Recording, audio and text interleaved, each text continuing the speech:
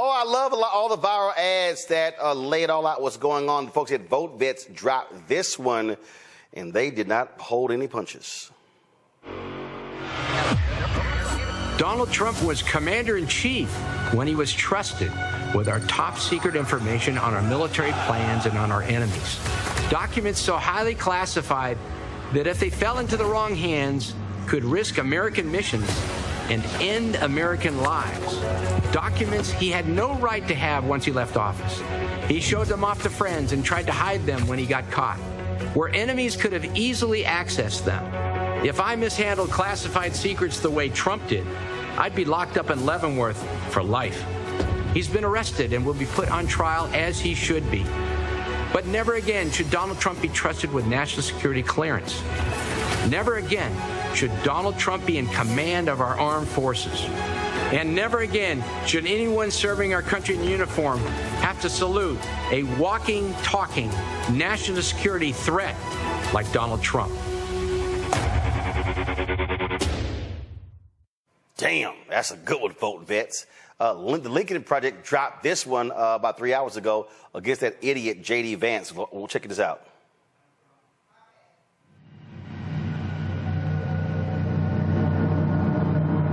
A lot of moms and dads saw marriage as a basic contract, right? Like any other business deal.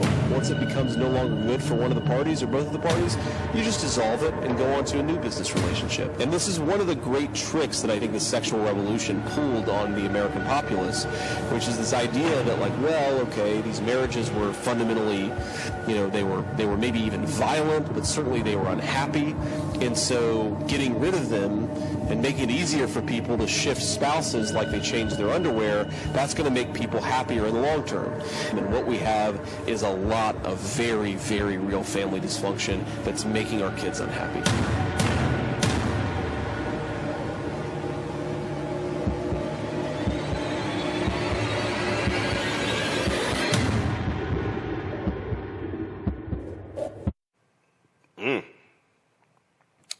Pretty good.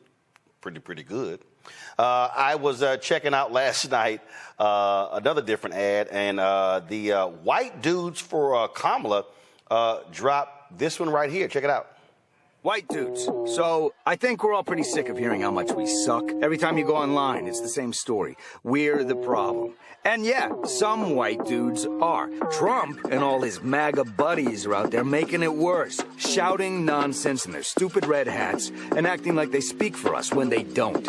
All they've ever done is screw us over. But if you're not on the MAGA train, where do you go? Isn't it just swapping out one crappy option for another? Then it hit me. This isn't about picking teams. It's about who's got a plan that's going to make life better for me and my family. So I've been doing my own research and decided to check out Kamala Harris and Tim Walz. And before you jump down my throat, they're actually talking to guys like us. No lectures, no BS. Just real solutions that protect our freedoms and help us take care of the people who matter. And honestly, I think Harris and Walz are the ones to make that happen. End of the day, you're your own man. It's your call.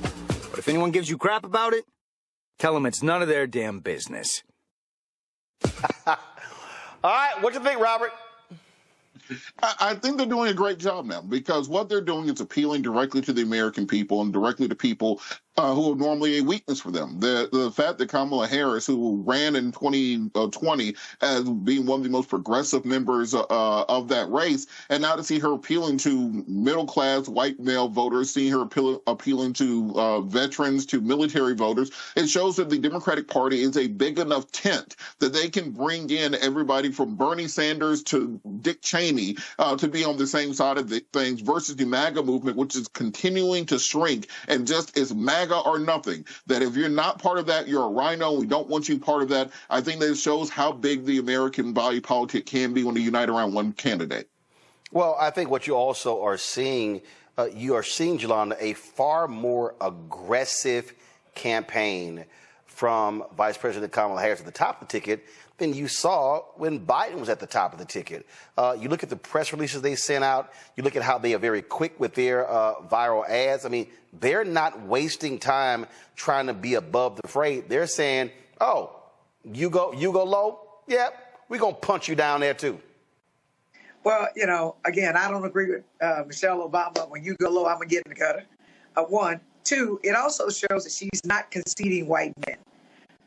Three, I believe that the ad that we just looked at shows where white men are saying, hey, we ain't all like Donald Trump. We actually support y'all. So I like the ad. I think it's helpful. And I think that when you have an aggressive racist like Donald Trump, we need an aggressive black fighting, smart-ass woman fighting back and hitting hard and letting people know that she can go with the best of them and even the craziest of them, and she can still handle our business. And Michael, we're actually seeing it play out in North Carolina.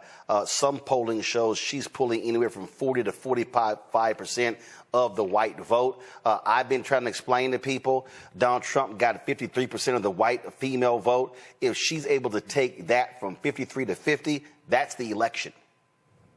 Yeah, absolutely. Governor Roy Cooper said that North Carolina is definitely winnable. These are fantastic ads coming from the Lincoln Project and Vote Vets, things like this.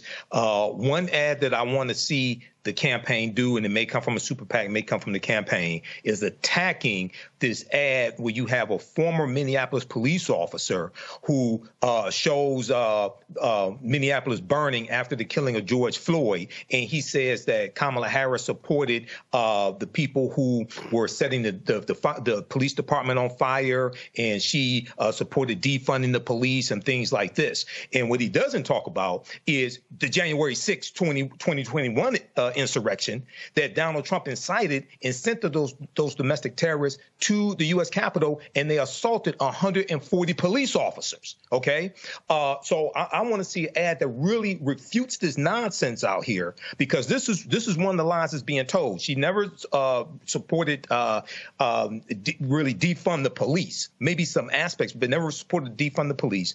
She co-wrote the George Floyd Justice and Policing Act, but the Fraternal Order of Police supported the George Floyd Justice and Policing Act as well.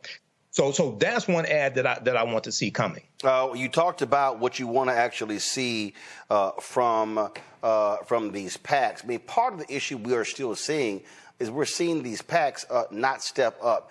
Guys, pull up Guy Cecil's tweet that we had the other day showing what they've been spending on digital ads. And let me tell y'all something. Go to my iPad. I have sent emails to these 4 PACs 10 days ago, at least 5 emails.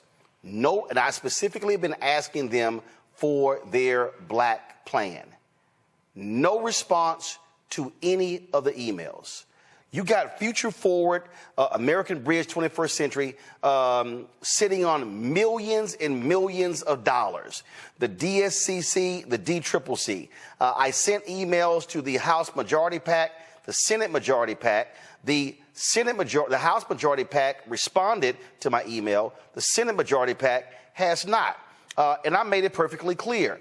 I'm going to call these folks out. We pulled this up earlier. This is cash on hand. You see right here, House Majority PAC, $80 million. The DCCC, $92 million. Senate Majority PAC, $90 million.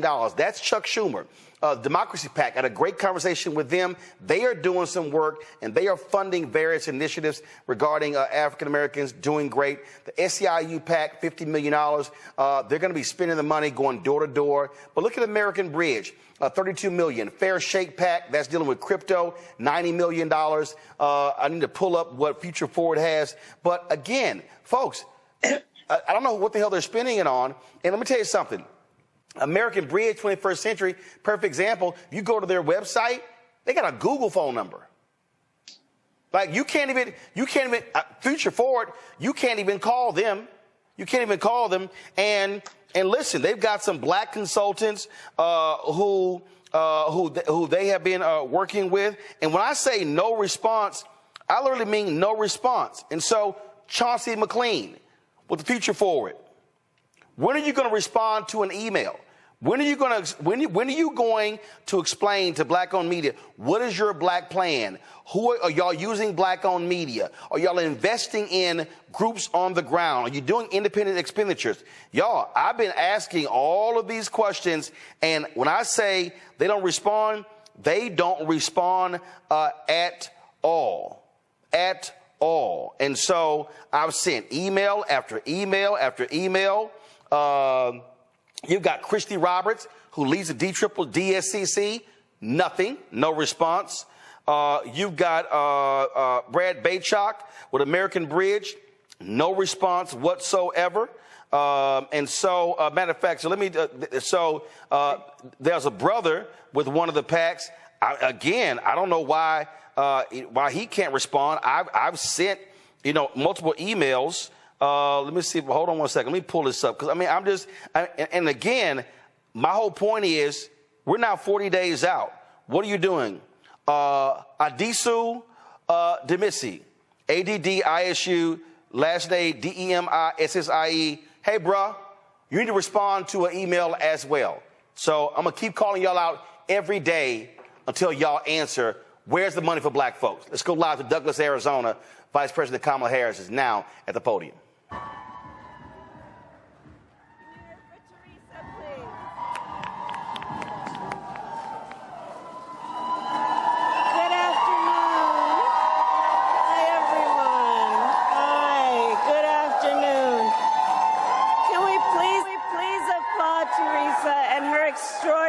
Courage. Please, can we applaud? Extraordinary courage. Thank you. Thank you. Thank you. Thank you. Please have a seat, everyone. Thank you. It's good to be back in Arizona. It is good to be back in Arizona. Thank you all. Thank you so very much.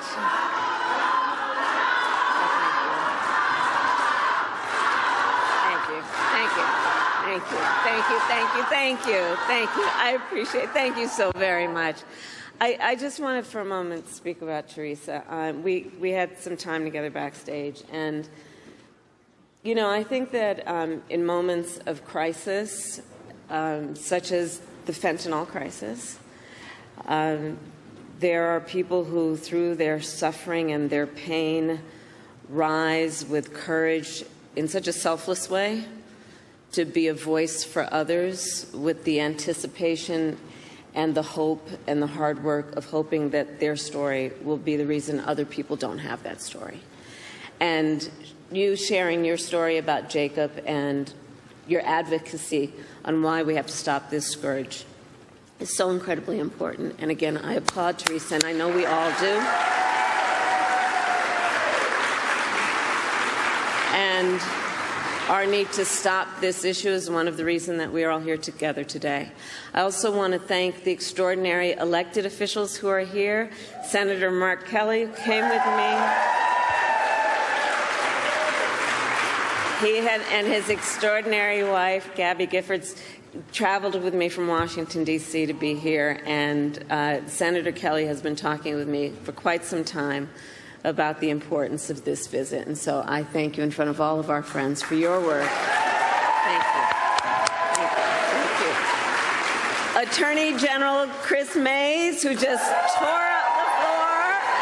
She is, one of, I'm going to talk a bit about it in a minute, but some of the work that I have done in my career as Attorney General, and watching her do the work that she has done as Attorney General really does emphasize the importance of having the right leader at the right time, in the right place, and that's who she is. Mayor Hewish, I thank you for the warm welcome. We've spent some time together. You've shared with me the needs of your community, and I thank you for your leadership as well. And to all the elected and community leaders here today, thank you for taking the time out of your busy lives to be here this afternoon. Before I begin, I do want to say a few words about Hurricane Helene. I spoke this morning with our FEMA Administrator, Chris Well, and President Biden and I, of course, will continue to monitor the situation closely. We have mobilized more than 1,500 federal personnel to support those communities that have been impacted. We have food, water, and generators that are ready for deployment. And we are working to restore power for millions of people who currently are experiencing outages. And I just want to stress, and for the press that is here, to those who are watching, the storm continues to be dangerous and deadly. and lives have been lost, and the risk of flooding still remains high. So I continue to urge everyone to please continue to follow guidance from your local officials until we get past this moment. So thank you all. And now I'll speak about, in particular, the people who are here today and why we are gathered here together today. So Arizona, I think you all know, and this is why you are here, there are consequential issues at stake in this election. And one is the security of our border. The United States is a sovereign nation, and I believe we have a duty to set rules at our border and to enforce them. And I take that responsibility very seriously. We are also a nation of immigrants. The United States has been enriched by generations of people who have come from every corner of the world to contribute to our country and to become part of the American story. And so we must reform our immigration system to ensure that it works in an orderly way, that it is humane, and that it makes our country stronger.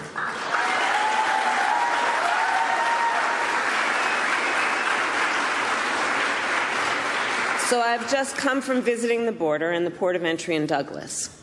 I spoke with dedicated agents from Border Patrol and Customs officers who every day see the overflow of commercial traffic through the port. These men and women who work there and at other places along our southern border help keep our nation secure. And they need more resources to do their jobs, which is why we have and are in the process of investing $500 million to modernize and expand the port of entry here in Douglas.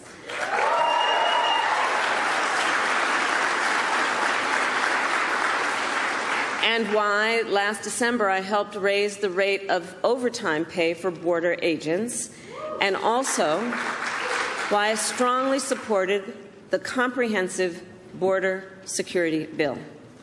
Written last year, as you know, by a bipartisan group of senators, including one of the most conservative members of the United States Congress. That bill would have hired 1,500 more border agents and officers. It would have paid for 100 inspection machines to detect fentanyl that is killing tens of thousands of Americans every year. It would have allowed us to more quickly and effectively remove those who come here illegally, and it would have increased the number of immigration judges and asylum officers. It was the strongest border security bill we have seen in decades. It was endorsed by the Border Patrol Union, and it should be in effect today, producing results in real time right now for our country.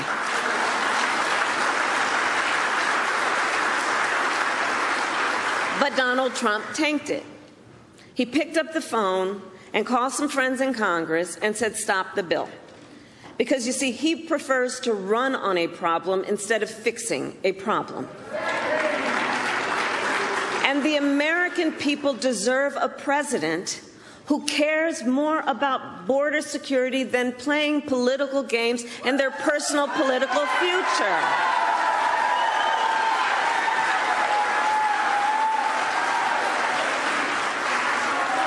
And so even though Donald Trump tried to sabotage the border security bill, it is my pledge to you that as President of the United States, I will bring it back up and proudly sign it into law.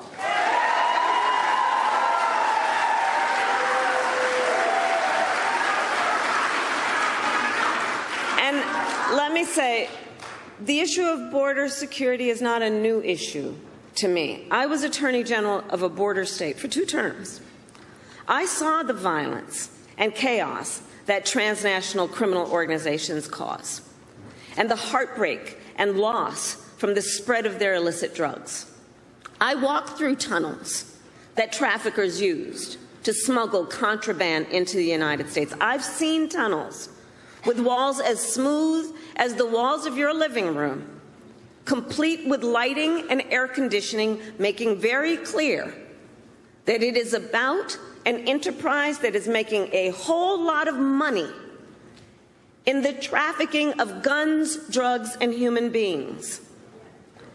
And my knowledge on how they work comes from the fact that I have prosecuted transnational criminal organizations who traffic in guns, drugs, and human beings.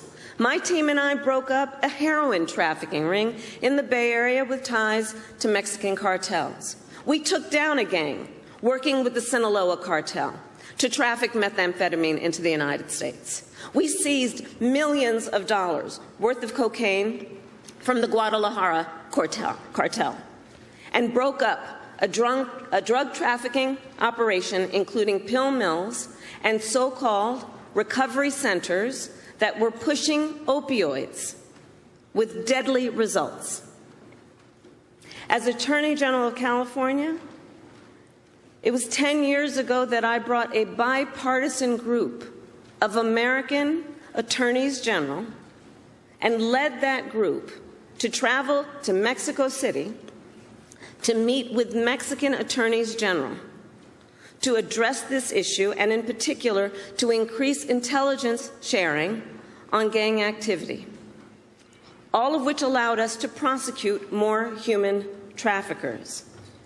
And I started, as Attorney General, the first comprehensive report in the state of California analyzing transnational criminal organizations and the threats they pose to public safety and to the economy. So stopping transnational criminal organizations and strengthening our border is not new to me, and it is a long-standing priority of mine. I have done that work, and I will continue to treat it as a priority when I am elected President of the United States.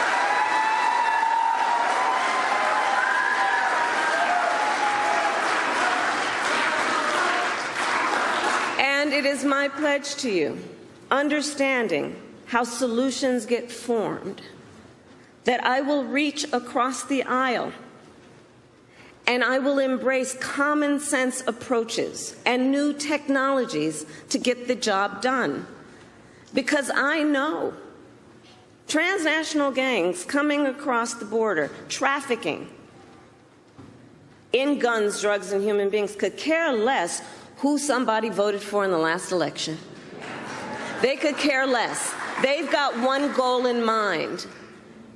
And it is therefore critically important that anybody who calls themselves a leader would work with other leaders for common sense solutions, understanding the pain and the suffering that Americans are experiencing if we don't work together to fix these problems. And look, transnational gangs, one of the things I know about them, they are always innovating. So to disrupt them, we must do the same. And that means, again, working together in real time, grounded on finding common sense approaches, not just about some rhetoric at a rally, but actually doing the work of fixing a problem.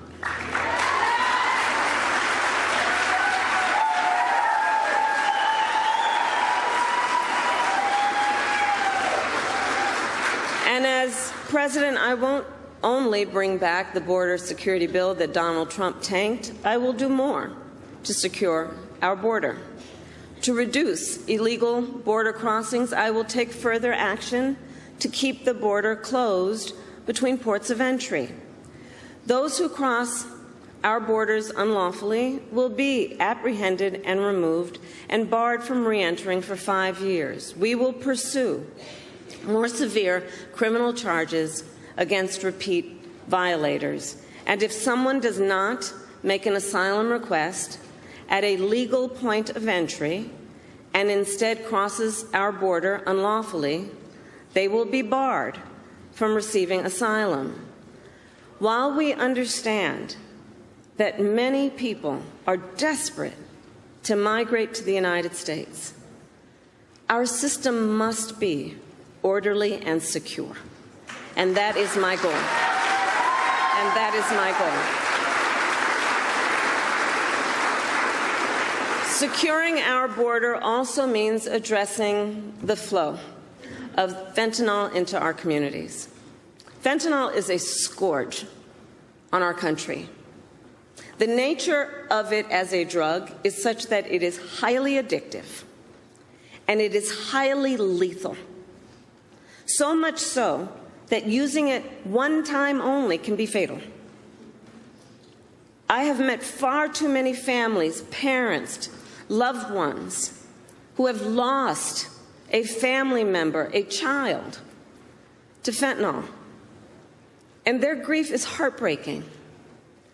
And the devastation caused by fentanyl is being felt from rural communities to big cities. It's impacting communities across our country, regardless of where they are geographically, politically, or any other demographic you choose to talk about. It's a scourge in our country, and we have to take it seriously. And as president, I will make it a top priority to disrupt the flow of fentanyl coming into the United States.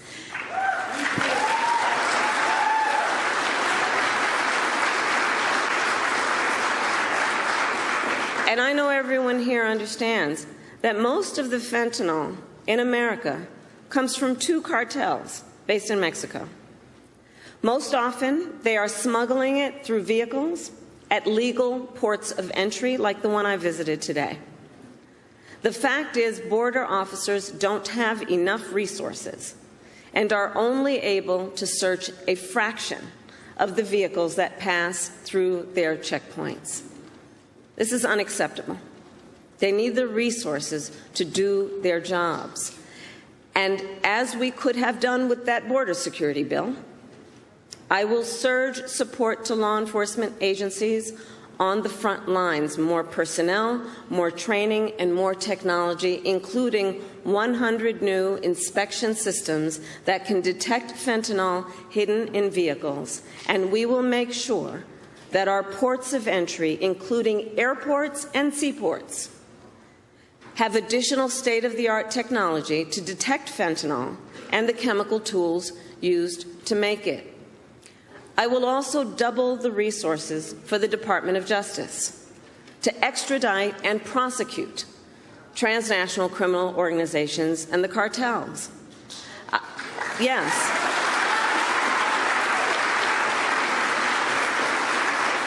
I will ensure that we target the entire global fentanyl supply chain, because we must materially and sustainably disrupt the flow of illicit fentanyl coming into our country. My approach takes into account also that the precursor chemicals used to make fentanyl are by and large made in China and then shipped to Mexican cartels and trafficked right here into the United States.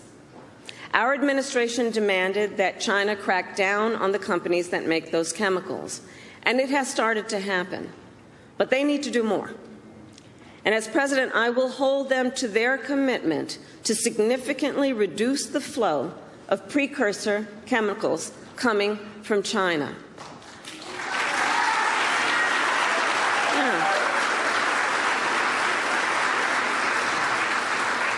And all of this to say, we must tackle this issue from every angle, because our highest charge must be to protect the lives of our people.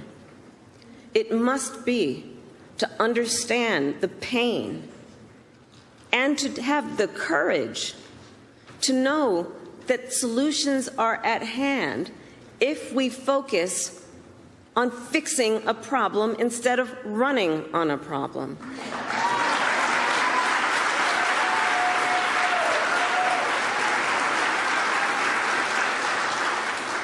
And on this issue, writ large, we must ensure that our country remains strong and competitive, which includes fixing our broken immigration system. And let me be clear. I reject the false choice. I reject the false choice that suggests we must either choose between securing our border or creating a system of immigration that is safe, orderly, and humane. We can and we must do both. We must do both.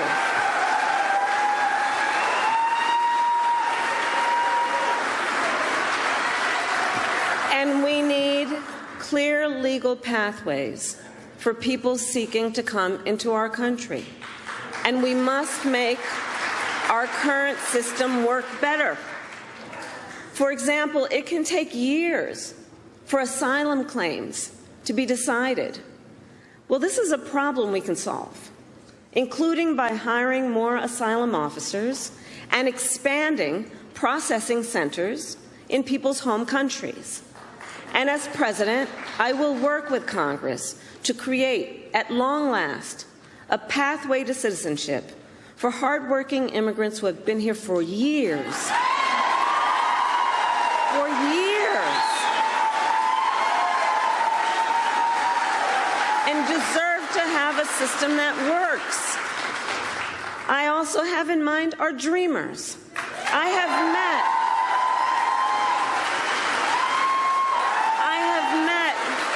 with so many of our dreamers throughout my career. They who have grown up in the United States, were educated here, pay taxes here, serve in our military, and contribute to our communities every day.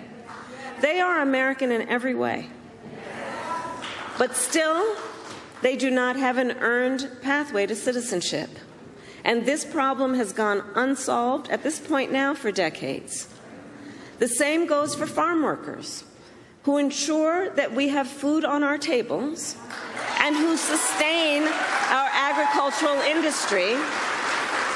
And they, too, have been in legal limbo for years because politicians have refused to come together to fix our broken immigration system. Well, as President, I will put politics aside to fix our immigration system and find solutions to problems which have persisted for far too long. For far too long, we have all known this is not working as it can and as it should. And so, as I said at the beginning, these issues are highly consequential for our nation. And the contrast in this election is clear. It is a choice between common sense solutions and the same old political games. In the 4 years that Donald Trump was president, he did nothing to fix our broken immigration system. He did not solve the shortage of immigration judges. He did not solve the shortage of border agents. He did not create lawful pathways into our nation. He did nothing to address an outdated asylum system and did not work with other governments in our hemisphere to deal with what clearly is also a regional challenge. As overdoses went up during his presidency, he fought to slash funding for the fight against fentanyl. And what did he do instead? Well, let's talk about that. He separated families. He ripped toddlers out of their mother's arms, put children in cages, and tried to end protections for dreamers. He made the challenges at the border worse. And he is still fanning the flames of fear and division. And let me be clear, that is not the work of a leader. That is not the work of a leader. And that is, in fact, I think we all believe, an abdication of leadership.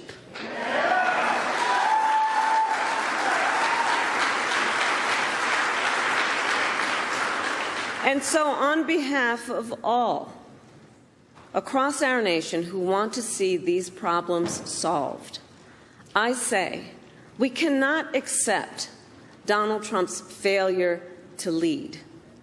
We should not permit scapegoating instead of solutions. And let's see what's happening. Let's not permit scapegoating instead of solutions, or rhetoric instead of results. As your president, I will protect our nation's sovereignty, secure our border, and work to fix our broken system of immigration. And I will partner with Democrats, Republicans, and independents to do it.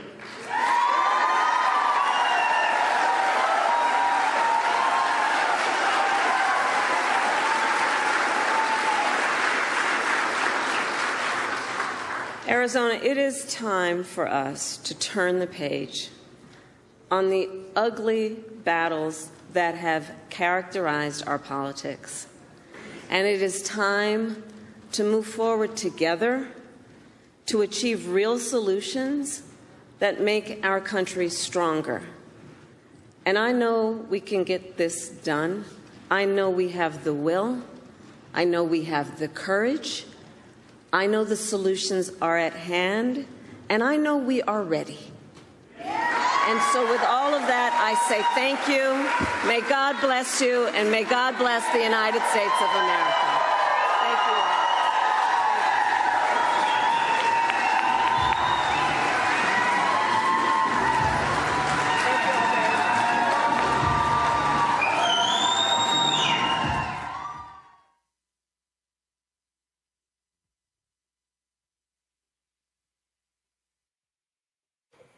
All right, folks, that was Vice President Kamala Harris speaking in Arizona. I want to quickly go to my panel to close this out. Robert, what you continue to see her do is remind people that it was Donald Trump who killed a bipartisan bill to deal with the border. Republicans, Senator James Lankford of Oklahoma, he also said they killed it. They owned up to it. And so that she is just pounding and pounding, pounding. So basically saying, don't give me this crap where you care about the border when you killed the bill because you said, I need to run on it.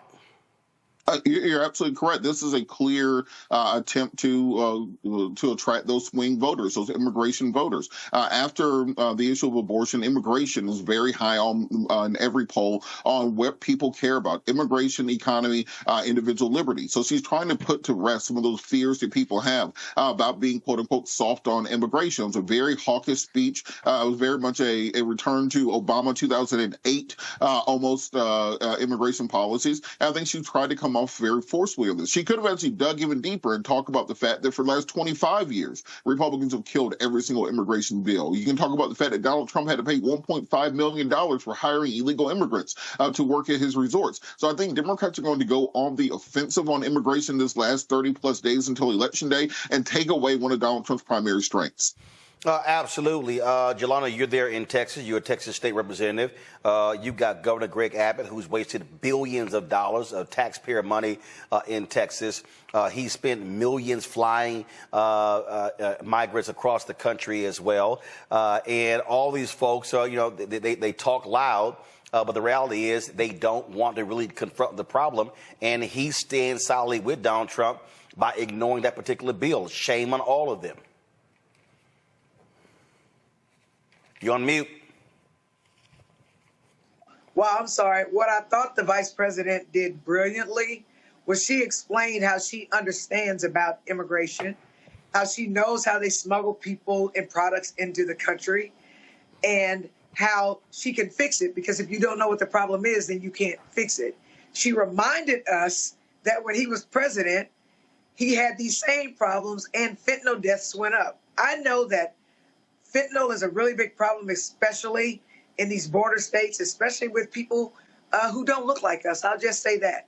So I think she's hitting on voters that she needs to get on her side and take from Donald Trump. I thought she was brilliant when she talked about the broken asylum system. Now, and I'll say this quickly, this, Roland, you had Judge Hughes on here when they were trying to take her off the ballot here in Houston. And she's a former immigration judge. So I actually called her while I was listening to the vice president and said, hey, how long does it take for the asylum cases? She said it took 6 to 10 years from the time you come into this country until the time you actually see a judge.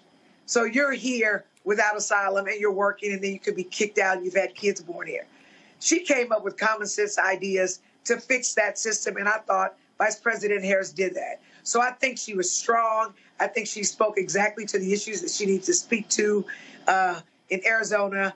And I think that she's going to be a pleasant surprise for us. She's going to do remarkably well in Arizona. What you're dealing with, Michael, here, this is a photo that she posted on her page here.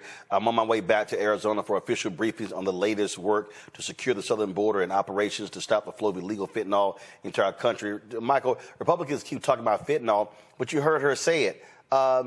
She laid out how it actually is coming into the country. You know, so all these people, they love, oh, no, it's killing. She's like, no, this is actually how it's coming in. And you've had these massive fentanyl drug busts, and they go, see, it's failing. And they're like, no, actually, if it's a bust, it's actually working. Right. Absolutely. Well, she knows what she's talking about because she was State's Attorney General for the state of California, going after transnational organizations like this. This is a real change in strategy for Democrats because usually what was perceived as a weakness, they would not take on head on like this. So she's doing the right thing from the border and then laying out her plan as well. And immigration, partly because of Trump blocking the border bill, okay, it has become a major issue in this 2024 election. And if he becomes president and he wants to try to deport 11 million, 15 million undocumented immigrants, whatever million he wants to put on it, whatever number, is going to arrest economic growth in this country and spur inflation and probably bring about a recession as well. OK, and as I say always, if you want to bring down undocumented immigrants and undocumented immigration to this country, stop eating foods you did not grow yourself. And a lot of people don't want to do that. OK, because this is excellent what she's doing. She needs to keep this up. All right, then, Jolanda and Michael, we appreciate it.